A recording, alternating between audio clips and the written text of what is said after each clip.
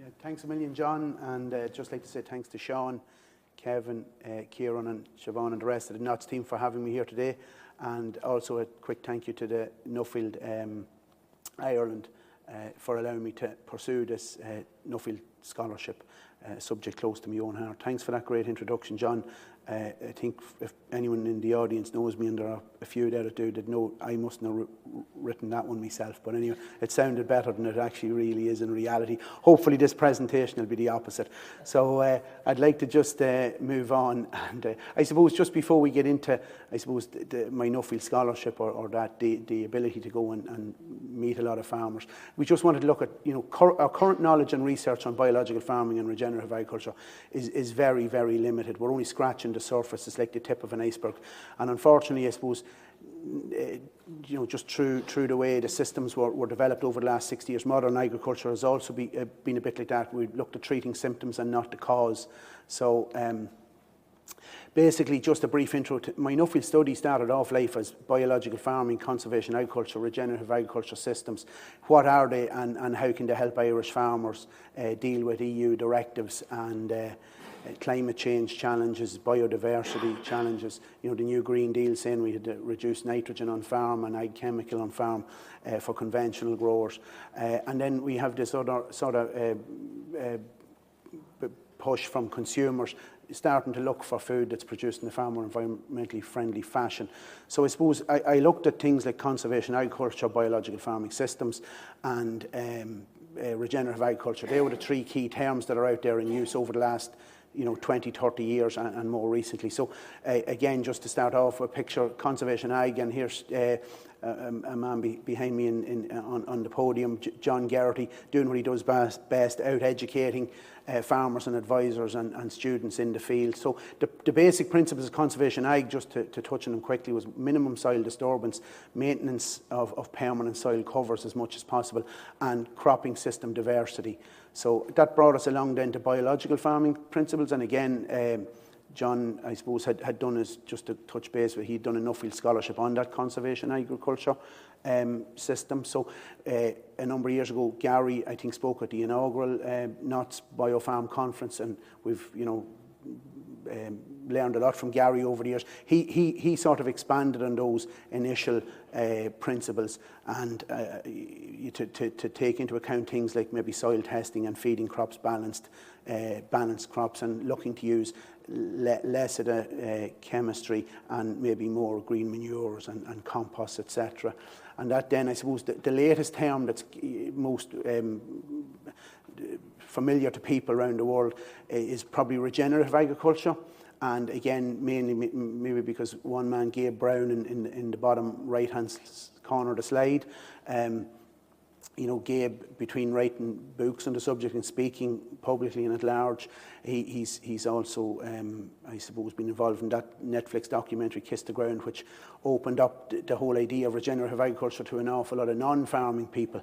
But again, I think the regenerative agriculture principles are quite similar to conservation agriculture and biological farming. I think the one that's added from their point of view is probably considering farmers in that context, one, their mindset, and also, I suppose, their context of farms and their well-being. So just basically, I suppose, from touching on the Nuffield, what I discovered was there are far more similarities than differences between these systems. And from that point of view, that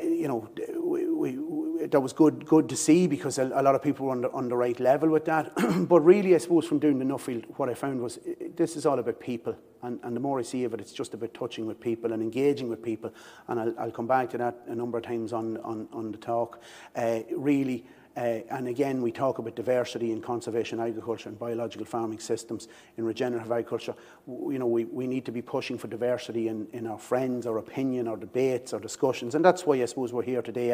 And we've a broad range of people in the room today and online.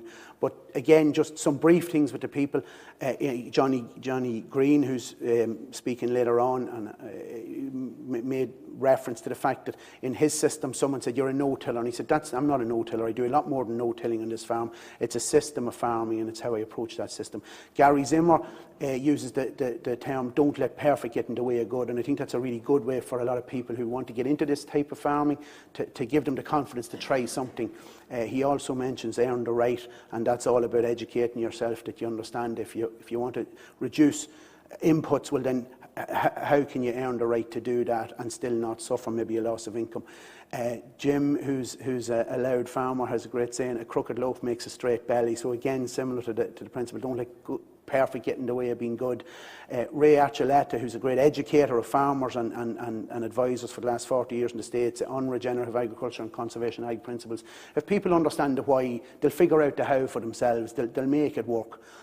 Gabe Byrne again, the biggest impediment is our mindset, and that's something Gabe, when he is teaching, other farmers and advisors and policy makers, that's something he really pushes. And I suppose Garrett Culligan, who's a loud farmer, is here in the audience today. One of Garrett's quotes is, "It's okay to make mistakes once we learn from them." Here's, I suppose, look, at the moment everyone's on about fertiliser prices and the pressure that's coming on farm and from climate change. But basically, I just put this one up, same shit, different date. And we have a headline on the left here from the Journal in 2017, rising fertiliser prices threaten farm incomes. This one's from a couple of weeks or a month ago. Again, it's pressure coming now from climate challenges and carbon targets. And, again, we have rising fertiliser prices. So the more we see of it, folks, I think these challenges keep coming at farmers as just being farmers, and it's how I suppose we have to adapt continuously and try and do the job both to feed the family on the farm and also to look after the environment and nature, which is what gives us the right and the ability to farm in the first place. And again, just to go back to it, the basics are still vital. We tend to find a lot of, fancy debates and discussions and maybe fancy suggestions and solutions, but the basics are still the basics. This is a dairy farm, just split a 4-acre paddock in two, and one half is quite a low pH, 5.5, the other half is almost 6.5. So again, based on Chag's research, we're under pressure in that 5.5 section. There's 80 kilos per hectare of free nitrogen going to begging. It's been lost just because people aren't on the ball with lime. And again, I think that the Department of Ag have started to really put a push on this in the last year or two, and hopefully that will help to rebalance a lot of soils around the country. Again, just a little bit more of an in-depth look at this, because I mentioned we do just only scratch the surface of some of these subjects. This is sort of electroconductivity soil analysis to see about maybe heavy versus light soils. But again, when we just looked at maybe variable rate soil sampling, you're looking at a wide range of pHs across that field. So in some places there would be too much lime being applied, and in some cases there's not enough. I won't dwell on Johnny Green because he's actually going to do his own presentation later on, and by all accounts it's very enjoyable. So, but just to let you know, from meeting him as part of my Nuffield research, it's a farmer now who's talking more about biodiversity, more about water quality, more about soil health, and really, I suppose, nitrogen use efficiency. He's in harmony with that nature because he's trying to farm in a better way and still be viable on the farm. Kenny Roberts, a member of the DANU EIP group, an EU and government funded research group, and basically this is Kenny out, a Kildare dairy farmer, dairy and beef, his multi-species sward. He's integrating things like soil and sap analysis. He's using foliar nitrogen maybe to replace some granular. He's balancing up nutrition, and he's also grass measuring to prove that what he's doing is still growing as much grass as he did in a previous fashion. And Kenny's managed to reduce nitrogen. I know we spoke at one of the previous BioFarm conferences from about 180 units per acre down to about 120. So, and still managing to keep the grass production that he needed there. Again, moving on. Garrett Culligan, County Louth tillage farmer, current chairman of Base Ireland. And again, from talking to Garrett, he mentions things like learn from your mistakes, constantly try and innovate. And one of his innovations is companion cropping. I know Christine mentioned it was discussed a little bit earlier. That's a picture of Garrett and his son Sean in a very impressive summer cover crop a few years ago. The reason I use this picture here is just to show, and again it was mentioned by the previous speaker, this is a wheat field in Garrett. You're looking down a lovely view over the Dee Valley. just outside the town of Ardee in County Louth, but probably should say it's closer to Stabannon just to keep the neighbours from fighting. But on the left-hand side, as we're looking at the screen, that's actually a 4-way mix of 4 varieties of winter wheat, and if we look on the right-hand side, it's 6. And again, Garrett's trying to, because the EU is coming with rules to maybe start reducing ag chem, Garrett's trying to see how can I do this on farm with integrated pest management strategies and farm closer to nature, which is something he's big on. And again, you can see that sort of yellow coloration. That's more yellow rust on the left-hand side versus a cleaner crop. The only difference there is the number of varieties, even though they're still all winter wheats, but it's a broader range to give a bit more diversity to resistance, anti-resistance of something like rust taking over or septoria, which is, you know, 2 big threats to Irish wheat production, conventional production. So again, another field of Garrett's and a really interesting one. It confuses pest diseases, farmers and advisors. And we have a funny story about that. We'll spin that one later on in the bar. But really, these ideas are coming from the Dakota Lakes Research Centre and farmers like Andy Howard, who we'll mention in a minute. He's copying nature, so it's all about biomimicry. That crop is actually an oilseed rape crop. And basically, it's got a companion crop of sunflowers, there's buckwheat in there, there's beans, and I'll go to the next picture, but the concept here is he has options. That can be taken to a cash crop for the oilseed rape, or it could be used as a very intensive and strong multi-species cover crop. And in a way, you're stacking the rotation, so it's all about opening the mind and thinking differently. That's the understory of that crop, and what we're looking at is small white clover in the bottom. The idea being that it's a nitrogen factory. If not so much for this crop, hopefully we'll see it in the following winter wheat crop, and it might be adding to something there. It's also protecting soil. It's helping to produce clean water because of better water infiltration. And again, the key message is try and mimic nature. Tommy Tierney, a County Tipperary tillage farmer.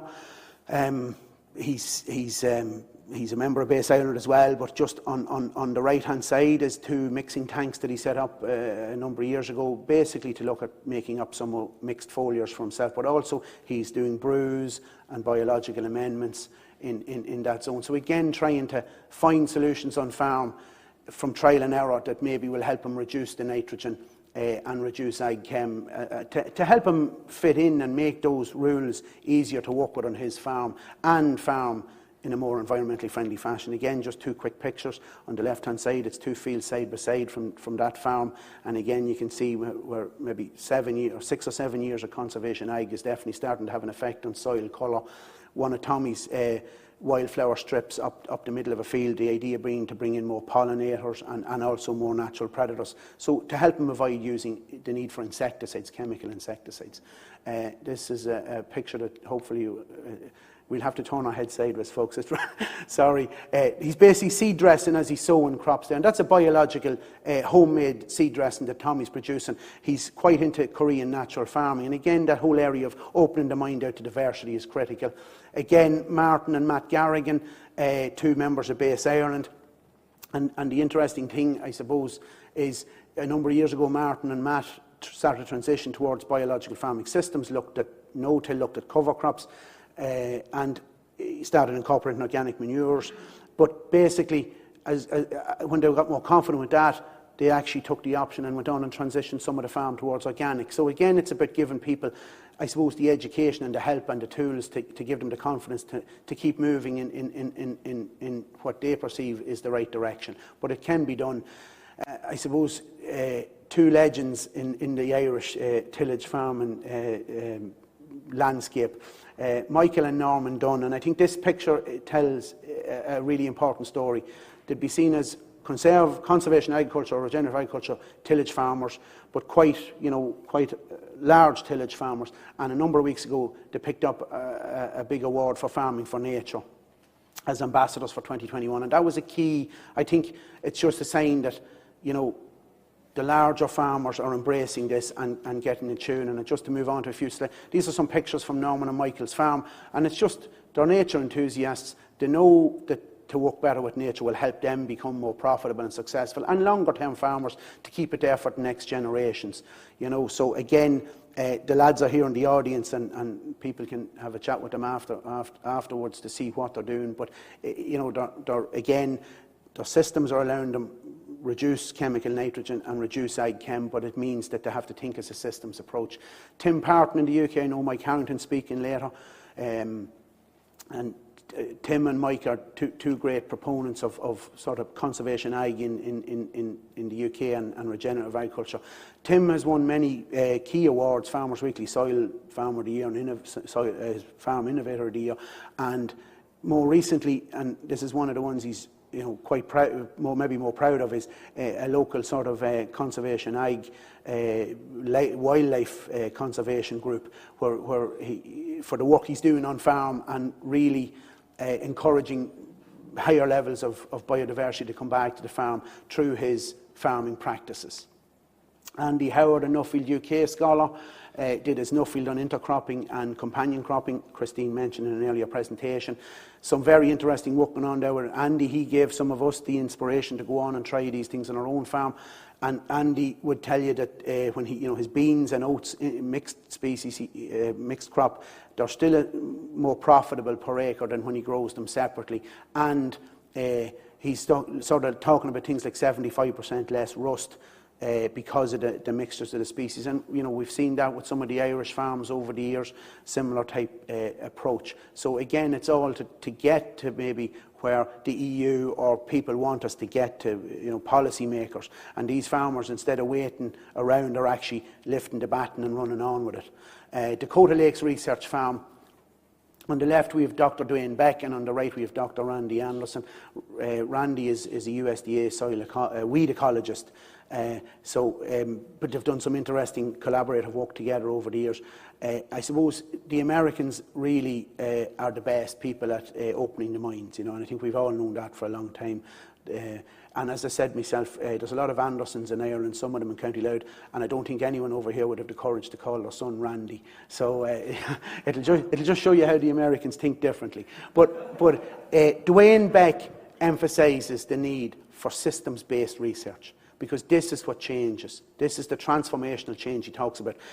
The Dakota Lakes Research Centre, or Research Farm, was set up using farmers' inputs, farmers' money. They bought into it, as well as becoming part of the policy drive on that. And again, this is one of Dwayne's slides. Short-term studies are not accurate in evaluating treatments such as tillage or rotations, which have long-term impacts. So from that point of view, it just shows you the way to think. Some of their, the last time I spoke, or the last conference I was at that Dwayne spoke at, he was talking about how can we do without fossil fuel, and that's 4 or 5 years ago. So they just have a different way of thinking, and basically one of the key messages is they're working with ecosystems. Look around you, what's local, what's in nature, and try and copy that. This is some of the work, the collaborative work between himself and Randy.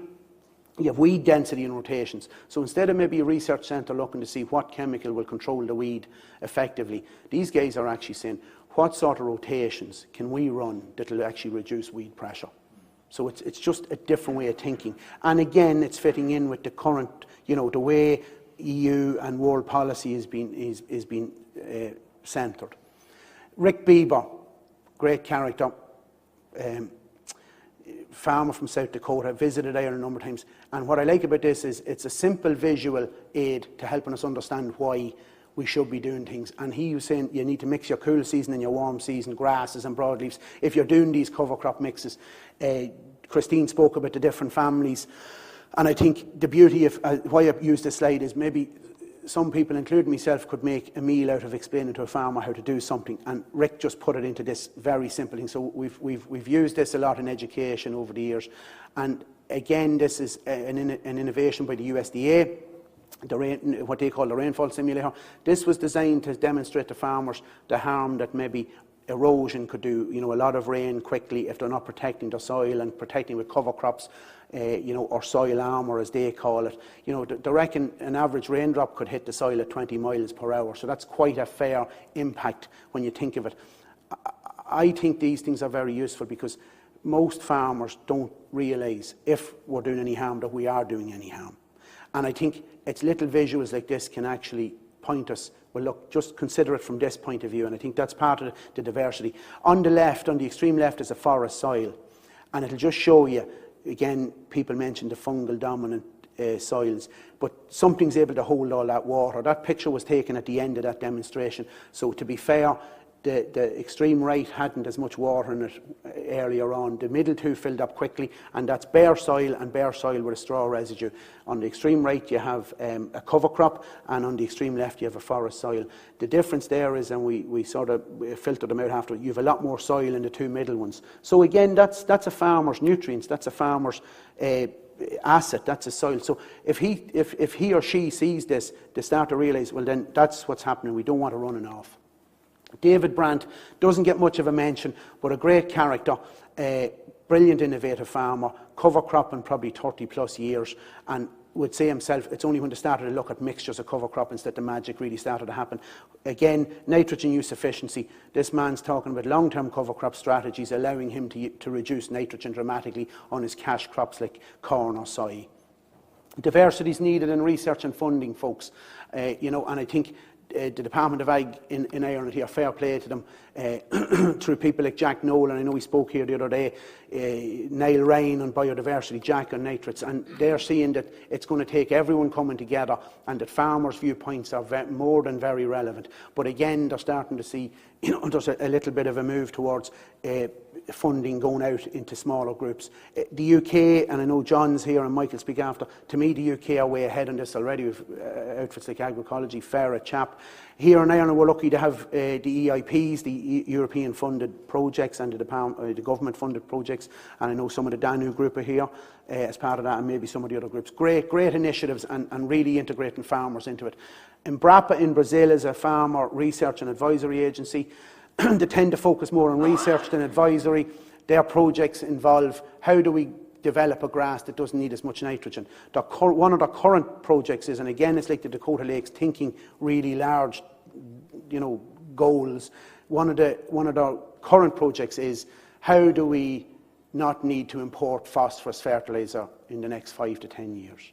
Phenomenal way to think, and then bring that back to research in the home country. So organic matter matters, and I put this up because, again, in going through the Nuffield over, you're meeting this across countries, across continents, that the big nutrient that's missing in an awful lot of fields is organic matter. It may not be even NPK. I used to use this slide and I'd say 1% of organic matter was worth €15 a hectare. Going on today's prices, that's something closer to €25 a hectare free nitrogen. So again, it's all tying in with how you join the dots. If I need to use less nitrogen, well then maybe I need to start looking at increasing my organic matter. And a lot of the farmers I focused on in the previous slides have already been thinking along this way. This is two pictures. One on the left is of a ditch in a farm in County Wexford, and the one on the right is in the middle of the field in the farm in County Wexford. 30 years in tillage. There's 100% more organic matter in the ditch than there is in the middle of the field. And the NP and K is way higher in the middle of the field. So again, if we can just start focusing maybe on the organic matter, and I suppose from the point of view of the environment and water quality, 1% organic matter is able to hold up to 20,000 gallons more water per acre.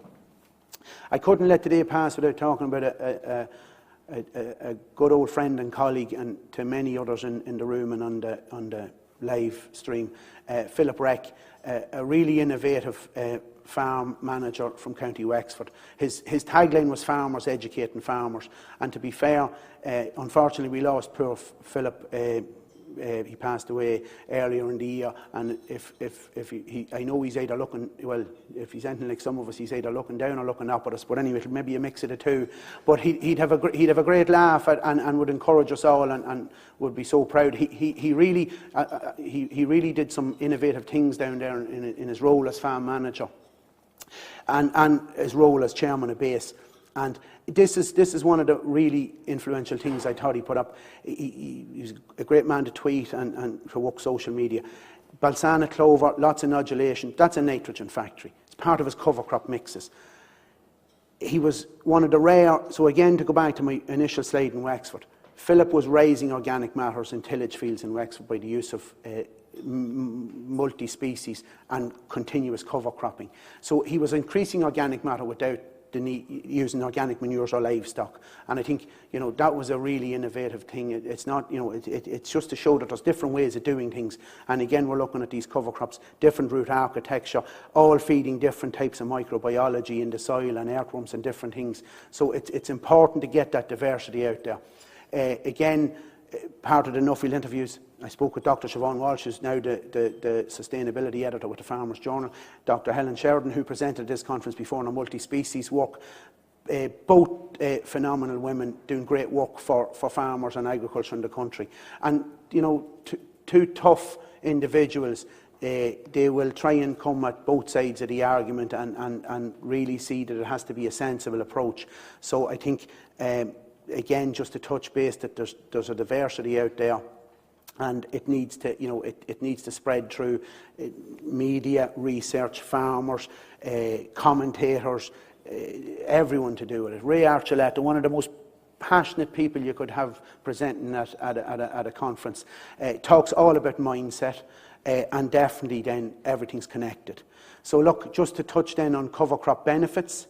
We're looking at the sort of the, you know, this is an old picture I've used many times, same pH, P and K, which soil would you rather farm? That picture was taken on an old Nokia phone and it was literally a foot apart.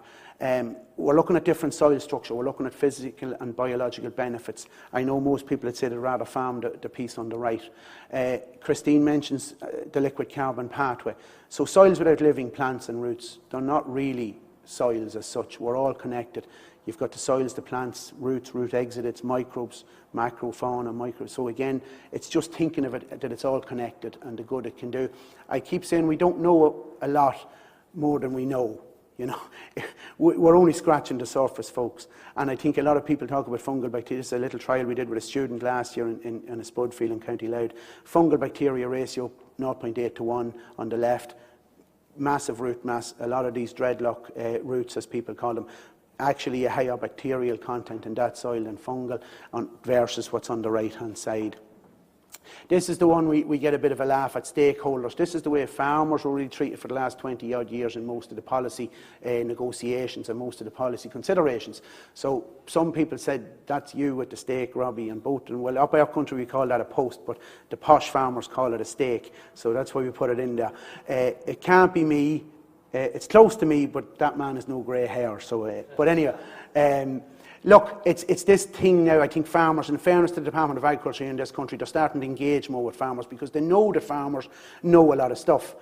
This is a slide I put up at a previous presentation, and I got a bit of good feedback.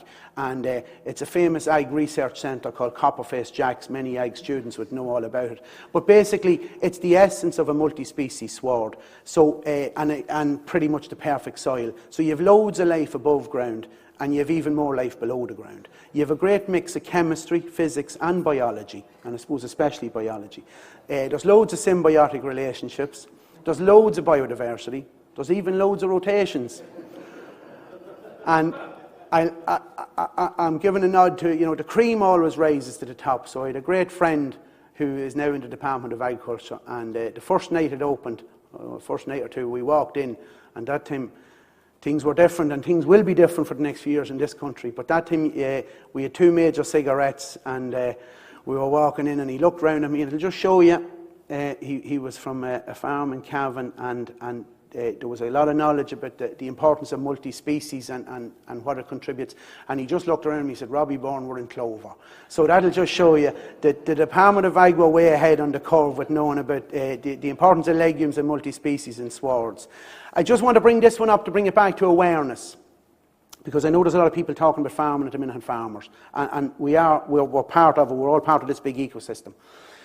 This is actually a product that can be bought in any shop in the country. It's dishwashing liquid. Warning, causes serious eye irritation, harmful to aquatic life with long-lasting effects. Now, that's a pretty serious label.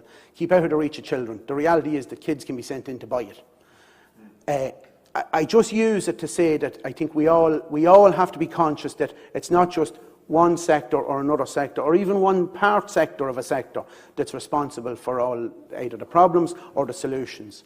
This is something that was only mentioned to me today, and and I was delighted. It was Garrett actually said it to me on the journey over.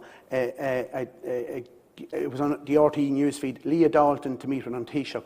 She describes herself as a climate activist. I haven't spoken to Leah, so I'm grateful that she's doing what she's doing. But she describes herself as a climate activist, and she's a farmer's daughter, the family farm at home. And her goal is to bring both sides together closer, and I think that's the key. That's what has to be done. COP26, we couldn't leave this meeting without talking about. Around our country, there's a great saying, you need to cop on. So everyone needs to cop on, not just the farmers. There's a lot to be done, and working together I think we can achieve it. I've shown you some examples of farmers today that are really farming in nature's image and trying to do the job better. So just to touch on a few conclusions from this Nuffield, I suppose regenerative agriculture, biological agricultural principles, they definitely can help. It is possible to farm profitably with reduced nitrogen and ag chemicals. Many of the farmers we profile today are proving that. They'd like more help, and it does take trial and error, and at the moment they're probably spending a lot of their own money making a few mistakes and learning. Farmer mindset is vital, but also researcher mindset. Farmer-to-farmer knowledge transfer or sharing is a key factor in it. It's probably showing up in America to be more helpful to get the message across than maybe the traditional methods. Plant diversity is key. Multi-species swards and companion cropping are, to me, game changers. Take-home messages. I'd like everyone to consider opening our minds. Just try one thing to get going. This is something sometimes you find with farmers. They'll go to the conference, myself included. You hear this, it's a great story, and you go home and you do nothing about it. So just try one thing. We always talk about pooching. Get a spade, go out and have a look. Look on the internet. There's loads of information there now. Or ask for a bit of help and guidance. Join a group, or join like BASE or DANU, or people like that. There's loads of help out there. Try it on a small acreage first. All of God's creatures got a place in the choir, so that's really coming back to we all have a role and a responsibility to make this planet better and healthier and keep it there for our kids and our grandkids and hopefully further on. All nature and our actions are interconnected, so we have to be cognizant of that. Every season and field can be different, so we have to be willing to adapt.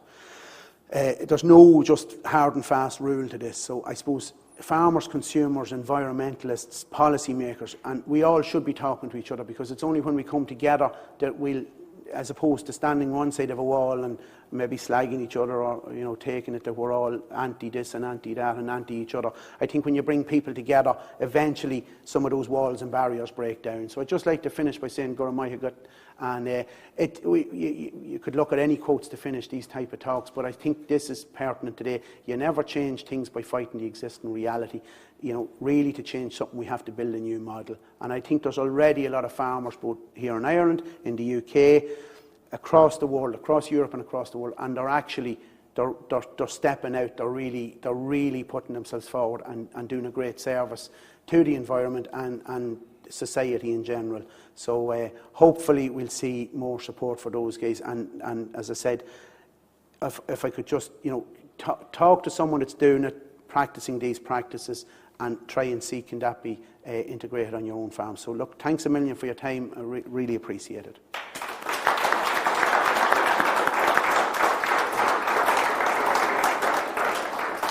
Robbie, you going to join us? I will. Very good. Oh. Yeah.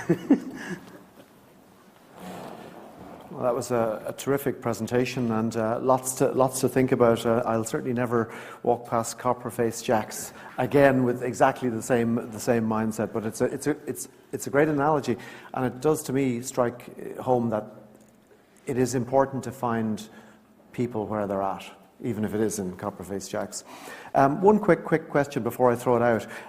You mentioned, say, biological versus organic farms, right? Just can you tease out the difference as you understand it? Yeah, and I think Johnny Green made a point in one of my interviews with him that he doesn't really care what it's called.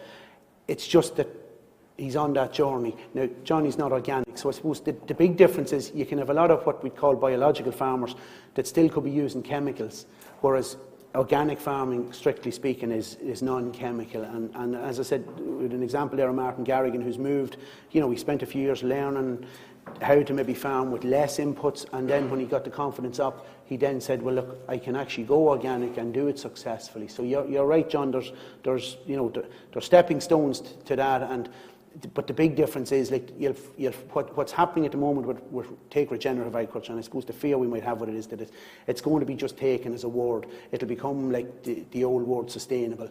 But in America, General Mills are now putting a drive on 1 million acres in regenerative practices by 2030. So they're not specifying to go organic, but they know that they need to make big changes to keep consumers on board and to keep farmers farming, profitable, and protect soil. So I still think, the EU have a strong ambition to get 20-25% of farms into organic over the next decade or so. So it really and truly, I suppose, it's nice to think that there might be a stepping stone, that if someone's thinking about doing it, they can go and do a bit of what we call biological farming. So again, the principles are sort of similar across those lines. I do know some of the organic farmers would say, look, if you talk to someone like the Harrises in Kildare, they'll say, look, organic was about maybe not using anything, whereas, and they're even gone a step further. They're really pushing at the biodynamic end of things, which is a brilliant step on top again, or just an extra layer of complexity and understanding. So I think it's just as simple as that. They are currently labels, but at least with the organic, it's guaranteed then non-chemical. Okay. At the moment, we're less than 2% of our food systems in Ireland by land use are organic. Now, as you said, the EU has ambitious targets to make that a quarter, but it seems that money's actually showing up this time. We have, I think, a quintupling of finance for organic farming. Now, finance is one thing. What about the appetite? Now, you've been out and about, and what about the appetite among regular farmers, busy people, to say, actually, I'm ready to take this on, and why would they change? I think a lot of farmers, and regardless of whether it was on Nuffield interviews, John, or just in general with farmers over the years, a lot of farmers, have been, they're fully aware that there's lots of chat and lots of statements come out from different bodies, but at the end of the day, there's a cheap food policy, and that's going back as far as Roman times. Give them bread and give them circuses and keep them happy. And unfortunately, cheap food is probably what's doing a lot of harm and has done a lot of harm over the last 60 years. That drive for cheap food. And I think we mentioned there's a lot of elephants in the rooms in the extent that reality has to become reality. I think the EU are probably trying to do the right thing in some ways, because Christine mentioned it earlier. A lot of maybe, they're afraid that the chemistry is harming the soils in some way, or harming, maybe it's harming ecosystems. But really and truly, that system was driven to make sure there was cheap food. And until people are willing to pay for, we'll say, proper food produced in the right way, it'll be always difficult. The organic section up to now has always been, well, if you're willing to pay the premium. And I suppose if we want everyone to go organic, then does it become that is there anything above organic? Yeah. I would find that, look, you see a lot of advertising lately and local this and local that, but real and truly, until Brexit came along, a lot of the supermarkets weren't as interested in buying local as they are now. Yeah. So if Brexit wasn't there, I wonder would we even see that? And at the end of the day, that it's not an easy system, John, and it's hard. Everyone's trying to make a living out of it at whatever section. But I do think that the cheap food policy is really it's harming consumers, because really and truly, food should be part of health and medicine. It should be part of a justice budget. It should be part of an education budget. It should be part of a health budget. And why I say that is that there's a lot of anecdotal evidence and more research coming along that, nutrient-dense food, and I know Gabe has done a bit more work on this in the States, because before this it was maybe a bit wishy-washy, but there is a movement towards, nutrient-dense food and balanced food, and that has a knock-on positive effect on human well-being, and there's not enough money being, I suppose, invested in that, and it all becomes down to return on investment. But I do think there's a change. I think organic will be seen to be a viable option. I think the governments, it's like everything, the big people make the big decisions. If the EU encouraged 25% of the EU to go organic and they can't make a living, well then they're either into some sort of subsidy farming. And a lot of people are critical about subsidies, but there's subsidies all over the world. They're maybe not in the same format. Yeah, and if subsidies are delivering social goods, if they're delivering goods for wider society, I don't think anybody has an issue. And to state your point of the price of food, an extraordinary statistic. The average Irish family spends more running their car than they do on their food. Now imagine the most fundamental requirement of life is food.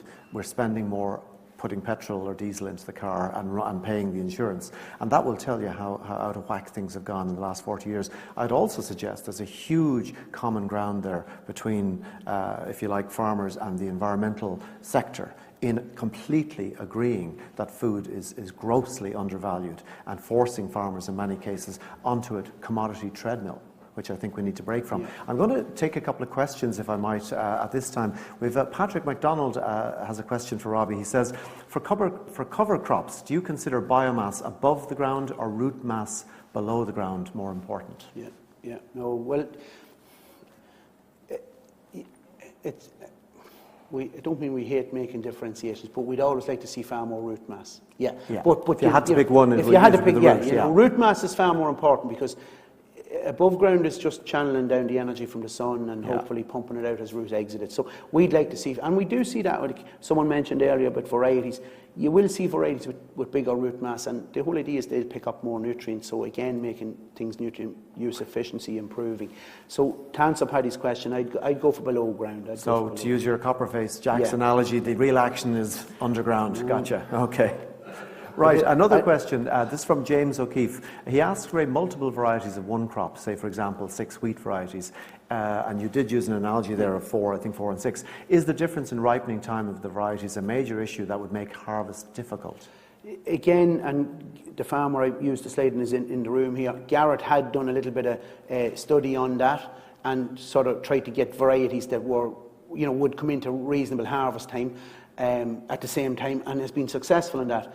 I put up a tweet a week or two ago. The AHDB in the UK have now got a model on the computer system that you can input. If you want a multi-variety mix, you can input the different varieties, and it'll give you guidelines on which will ripen the same. So it's a very valid question, a very valid point. I used Andy's slide there today with beans and oats. The one thing Andy said, and it was sort of obvious from the slide, is that the harvest date, the beans and oats mix don't ripen as quick as the straight oats on their own. So you have to be cognizant of those things, and that's why biological farming, regenerative agriculture, it's an area that does very little research on, and most of it's farmer led, and the Gabes and people like that, you can't make too many mistakes or you go out of business, but there is an element of trial and error. And then, as I said, look, Garrett's in base, so there's a lot of sharing of information going on. So you're hoping that that somebody that's made a mistake will be honest enough to say it and share it to avoid anyone else having to make it. Can I ask you, like we the taxpayer, we put a lot of money, for example, into Teagasc, the State Agricultural Research Agency. Are they interested? Are they meeting you along the road in terms of educating farmers, giving them the training and the field work to help with this, or is it something they can do? We'd like to see more from Teagasc. I think it's like everything else, and we're all going to have to do better. And I think it's this open mindset that's probably, I think, I use the example of diversity in research. Ireland tends to be a little bit, we're only really 100 years a nation on our own, really, which is quite young in the concept of things.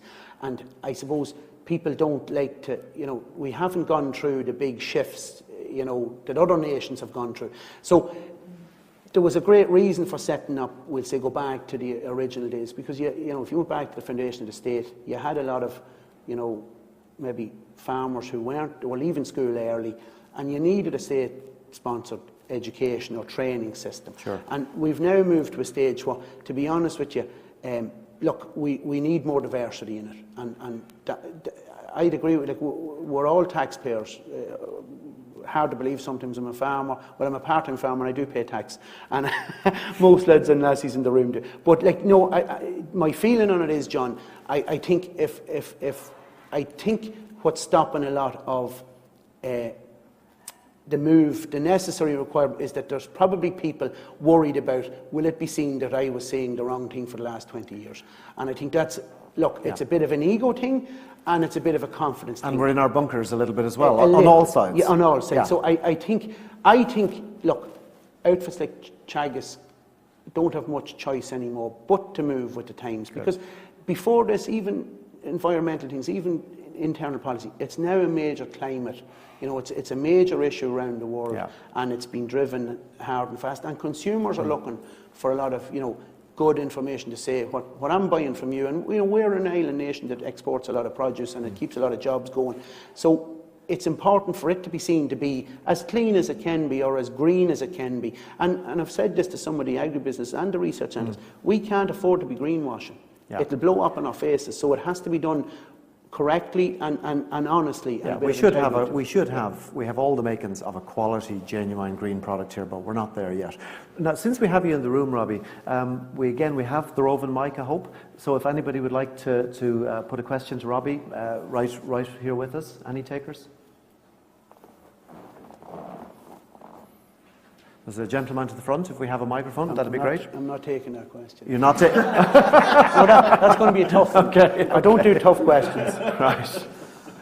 What do you mean you're barred? I'm only joking. The guard is at the car. Rob, would you agree or disagree that as we become more focused on nutrient-dense food in mainstream farming, that we run the risk of a point of convergence where we are mainstream and the organic section become so closely that it's hard for the consumer to differentiate? No, I think there's a bit of an effort at retail and food processor level to muddy the waters, and I think that's not good for anyone. I would think that organic is seen as non-chemical. So people who buy organic want to know that, well, I don't want any chemical in this.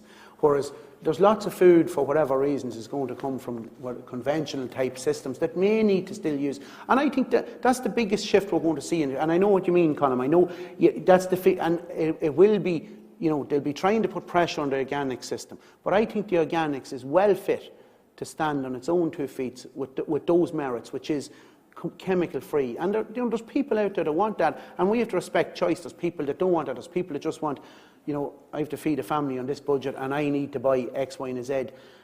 My concern is that they're not being, the education coming through the system from the top down is not educating those people that that's the right decision, if you know what I mean. Yeah. That's just what I think on it. Yeah, and I wouldn't disagree with you. I think one of the great difficulties, I think we have to be very careful when we talk about nutrient-dense food, is if you look at the farms yesterday that spoke, they're probably getting a premium because they're dealing with the short supply chain direct to the customers. There doesn't seem to be any urgency, although you did mention General Mills, and I remember I spoke about with Zach Bush or on Monday as well. There is a talk, but it is only talk, that there's going to be a premium paid for nutrient-dense feed, and because what probably 95% of farmers, regardless of what enterprise they're in, are feeding into that kind of retail, supermarket, commodity-based system, you wouldn't want to be thinking that you're going to get a specialist price at the moment, even in your biological stuff. The organic thing is slightly different because it is a commercial thing, but I also wanted to mention on that is the difference is, you know, I think, and I'm hoping the next speaker might bring us a little bit further down the line, but one of the challenges probably that the organic sector has is the bare soil issue with ploughing, that our men tell are we where regenerative is slightly different, so that they can use, but then they use glyphosate, but somewhere along the line, but if we went back, we'll say even 10 years, probably nobody was thinking this way anyway. So the research issue in terms of where the future is in a biological and organic system is going to be incredibly important. And I mentioned this yesterday as well, but I also think the research has to be at field level and it has to involve farmers. because observation is the single biggest key to this whole area, and it's something we've forgot about. So I think, that's going to be the challenge. Going to be the challenge for the future, is in that area and getting research that's relevant and not for PhDs, relevant to farmers for food production. If you look at and again, it's going back to the point you asked a bit earlier, John, on the whole area of research. And one of the problems with this one unit doing everything is that if you look at America, the Rodale Institute is way ahead on trying to basically saying organic will produce similar yields to conventional if we get our systems up and running, if we can manage the land properly, rotation. I spoke about the Dakota Lakes. Those guys have research looking at double stacked warm season, cool season. It's just it's a different mindset. Yeah. And I think what's happening here is some of the research and advisory is, look, somebody's doing, you said we'll do more. We have 3 organic advisors. Yeah, we'll handle that. We'll tick the box. We'll run the courses. That's not what it's about. It's about somebody doing dedicated research and trying to, if this is the system that you're going to go down, we're going to make it viable for you, we're going to make it work for you. A lot of the farmers I focus today, they didn't do what they're doing because they wanted to either make money or save money or even save inputs. They just have a feeling that what they were doing wasn't going to be sustainable. And we're lucky John Pawsey's here to talk today. I think John will touch, I'm not preempting his presentation, but to come away from that issue with the organics and the ploughing. And again, it's what's the least harm we could do? Yeah. If we had people, there's lots of organic people making good use of cover crops, and the ploughing is a very short knack on it, and they're creating such microbially complex communities and doing a brilliant job on humus production that they're actually they're fit to hold. Yeah. It's probably not like some of the conventional plough-based systems. Now, the clock is against us. Thanks again, Robbie. Robbie's going to stay on stage with us for the next speaker, who's coming up in about 3 minutes, and that'll be John Pawsey, and we'll take a slight pause ahead of that time. Thank you.